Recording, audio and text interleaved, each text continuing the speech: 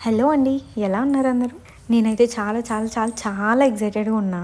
ఎందుకు అంటే ఎన్నో ఇయర్స్ తర్వాత మళ్ళీ మా ఇంటి ముందు తులసి చెట్టు పెడుతున్నా. మా పిల్లలు చాలా చిన్న ఉన్నప్పుడే ఇంటి ముందు తులసి చెట్టు ఉండాలి అని అన్నారు. సో అందుకని కొనుక్కొచ్చాను. అప్పుడు వీళ్ళు చాలా చిన్న ఉండే వచ్చి ఏం చేస్తుండే అంటే బయట ఆకులు పీకేస్తుండే, లేదంటే మట్టి తినేస్తుండే.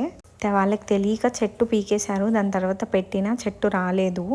సరే చిన్నగా ఉన్నారు కదా, ఇప్పుడు ఎందుకులే అని చెప్పి మేము కూడా తేలేదు. మళ్ళీ ఇంటి ముందు పెట్టాలని నాకు చాలా చాలా ఇష్టము. కానీ పిల్లలు చిన్నగా ఉన్నారని చెప్పి నేను ఇన్ని రోజులు కాంప్రమైజ్ అయ్యా. ఇప్పుడు మాత్రం చెట్టును ముట్టుకుంటే కొడతా అని వాళ్ళని చాలా భయం పెట్టా.